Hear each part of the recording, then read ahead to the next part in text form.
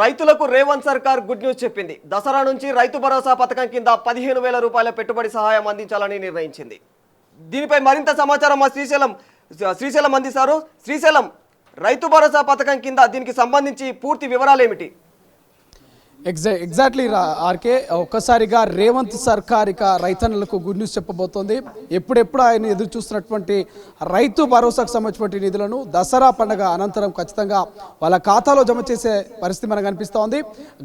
గత ప్రభుత్వం 10 ఏళ్ల పాటు బీఆర్ఎస్ సర్కార్ మనం చూసాం, ఎకరాకు 10,000 రూపాయల చొప్పున ఏడాదికి వేస్తూ వచ్చింది. కానీ రేవంత్ సర్కార్ మాత్రము ఖచ్చితంగా ఎకరాకు 15,000 రూపాయల చొప్పున ఇక 2 విడతల్లో, అంటే గతంలో మనం చూసాం 5,000 రూపాయలు ఎకరాకు 2 విడతలుగా 2 దఫాలుగా ఖరీఫ్ రబీ తరపున 10,000 రూపాయలు వేస్తూ వచ్చింది. ఈసారి మాత్రం ఖచ్చితంగా ఎకరాకు 7,500 రూపాయలు, అంటే దాదాపు 1,500 రూపాయలను 2,500 రూపాయలని పెంచుతూ అడిషనల్గా యాడ్ చేస్తూ ఇక రైతుల ఖాతాలో జమ చేసేటువంటి పరిస్థితి ప్రస్తుతం మనకు కనిపిస్తోంది. సో దీనికి సంబంధించి ఇప్పటికే ఇక రేవంత్ సర్కార్ అన్ని రకాలుగా సిద్ధమైనట్టు తెలుస్తోంది. ఇప్పటికే విధి విధానాలకు సంబంధించి ఇప్పటికే అధికారులకు ఆదేశాలు జారీ చేసినట్టు తెలుస్తుంది. గతంలో మనం చూసాం 2 లక్షల రూపాయలు 15 ఆగస్టు కల్లా రుణమాఫీకి సంబంధించినటువంటి అంశము ఇక బడ్జెట్ను వాళ్ళ అసెంబ్లీలో 31,000 కోట్ల రూపాయలు అసెంబ్లీ బడ్జెట్లో పెట్టడము, తర్వాత దాదాపు 18 లక్షల 23 లక్షల మంది రైతులకు ఖాతాలో 18,000 కోట్ల రూపాయలు జమ చేసింది. సో ఈ నేపథ్యంలో ఇప్పటికే రైతు భరోసాకు సంబంధించి 15,000 కోట్ల రూపాయలు బడ్జెట్లో కేటాయించింది. 15,000 కోట్ల రూపాయల బడ్జెట్లో కేటాయించి దాదాపు 10,000 కోట్ల రూపాయలు రైతులకు అవసరం ఉన్నటువంటి పరిస్థితి. సో ఈ నేపథ్యంలో ఇక రేవంత్ సర్కార్ మాత్రము రైతన్నలకు శుభవార్త చెప్పబోతుంది. అది దసరా కానుకగా ఇవ్వబోతున్నటువంటి ప్రచారం అయితే జరుగుతోంది. దీనికి సంబంధించి ఇప్పటికే వ్యవసాయ శాఖ అధికారులని ఆదేశించినట్టుగా వ్యవసాయ శాఖ మంత్రి తుమ్మల నాగేశ్వరరావు కావచ్చు, ఇతర అధికారులంతా అలర్ట్ అయినట్టుగా తెలుస్తోంది. ఎందుకంటే ఇప్పటికే వానాకాలం సీజన్ దాటిపోతోంది. ఇప్పటికే రైతుల ఖాతాలో ఏదైతే రుణమాఫీకి సంబంధించి అమౌంట్ పడ్డది, రైతు భరోసాకు సంబంధించినటువంటి అమౌంట్ పడాల్సి ఉంది. కానీ రైతు భరోసాకు సంబంధించిన అమౌంట్ ఇంతవరకు వాళ్ళ ఖాతాలో జమ చేయలేదు. సో రైతన్నులంతా కూడా 1000 కళ్ళతో ఎదురు చూస్తున్నారు. పెట్టుబడి సహాయంగా గత ప్రభుత్వం విడతల వారీగా ఇటు ఖరీఫ్ ఇటు రబీకి సంబంధించి 2 విడతలో డబ్బులు వేస్తూ వచ్చింది. కానీ కాంగ్రెస్ సర్కార్ వచ్చిన తర్వాత కొంత ఆలస్యమైంది. సో ఈ మాటను రాష్ట్ర సర్కార్ కూడా ఒప్పుకుంది. రాష్ట్ర వ్యాప్తంగా ఏదైతే రైతన్నులకు మేము రైతు భరోసాను వేయలేకపోయాం, దానికి అనేక కారణాలు ఉన్నాయి. ఇక గత ప్రభుత్వం చేసిన అప్పులు ఒకటైతే మరొకటి ఇప్పుడిప్పుడే రాష్ట్ర సర్కార్ అప్పుల కూపిల నుంచి బయటపడతా ఉంది. ఆ అప్పులకు మిత్తులు కడుతూ వస్తుంది. కాబట్టి ఈ నేపథ్యంలో రైతన్నలకు పూర్తిస్థాయి రైతు భరోసాను వేయలేకపోయాం. ఇంకొక అంశం, రైతు భరోసాకు సంబంధించి గత ప్రభుత్వము చెట్లకు పుట్టలకు గుట్టలకు రాళ్లకు రోడ్లకు హైవేలకు ఇస్తూ పోయింది.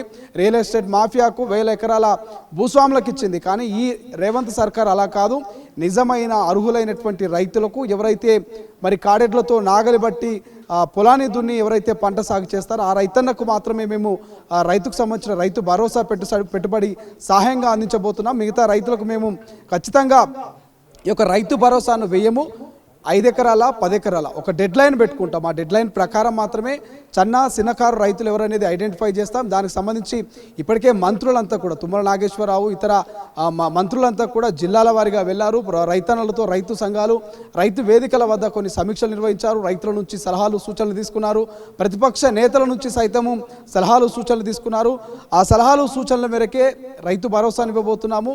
చిన్నకారు రైతులు 5 నుంచి 10 ఎకరాల లోపు ఉన్నటువంటి రైతులకు మాత్రమే రైతు భరోసా, అది పెట్టుబడి సాయంగా మేము అందించబోతున్నాం తప్ప గతంలో ప్రభుత్వం లాగా చెట్లకు పుట్లకు గుట్టలకు ఇచ్చే ప్రసక్తి లేదని కూడా రాష్ట్ర సర్కార్ రేవంత్ సర్కార్ తేల్చెప్పే ప్రయత్నం చేసింది. దానికి మరి గత ప్రభుత్వ హయాంలో రైతు భరోసా పథకంలో చాలా అవినీతి జరిగిందని రేవంత్ అన్నుండే, మరి ఈసారి అలాంటి తప్పిదాలు జరగకుండా ఎలాంటి జాగ్రత్తలు తీసుకునే అవకాశం ఉంది? శ్రీశైలం, ఎగ్జాక్ట్లీగా ఇదే గత 10 ఏళ్ల బీఆర్ఎస్ సర్కార్లో కేసీఆర్, కేటీఆర్ ఇక ఇతర ఎవరైతే తమ మంత్రులకు ఉన్నటువంటి బంధువులకు ఎవరైతే రియల్ ఎస్టేట్ ఉంటారో వాళ్ళకు మాత్రమే 100,000 ఎకరాలకు రైతు భరోసా రైతు బంధు డబ్బులు వేస్తూ వచ్చారు.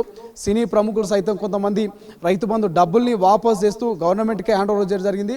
సో ఇవన్నీ కూడా గత ప్రభుత్వంలో కొన్ని అవినీతి అక్రమాలు జరిగింది వాస్తవమే. కానీ రేవంత్ సర్కారు అటువంటి అవినీతి అక్రమాలకు చోటు లేకుండా ఎటువంటి జెన్యూన్గా ఎవరైతే పొలాన్ని దున్నుతారో వాళ్ళకి మాత్రమే ఇవ్వాలి. ఈ రియల్ ఎస్టేట్ వాళ్ళకి వాళ్ళకు కావచ్చు, రాజకీయ నాయకులకు కావచ్చు, అదేవిధంగా సెంట్రల్ గవర్నమెంట్ ఉన్నటువంటి ఉద్యోగాల్లో ఉన్నటువంటి వారికి కావచ్చు, సినీ ప్రముఖులకు కావచ్చు, వందలాది ఎకరాలు ఉన్నటువంటి భూస్వాములకు కావచ్చు, వీళ్ళకి ఎట్టి పరిస్థితుల్లో రైతు భరోసా డబ్బులు వెళ్ళొద్దు. జెన్యున్గా వ్యవసాయం చేసే రైతులకు మాత్రమే పెట్టుబడి సాయంగా పంట సాగు చేసే ముందు అందించాలనేది ఒక కాన్సెప్ట్ పెట్టుకుంది. ఆ కాన్సెప్ట్ దృష్ట్యా ప్రభుత్వం అదే లక్ష్యంతో ప్రజల్లోకి వెళ్తుంది. రైతన్నకు దసరా కానుకగా వాళ్ళ ఖాతాలో డబ్బులు వేసే ప్రయత్నం చేస్తుంది.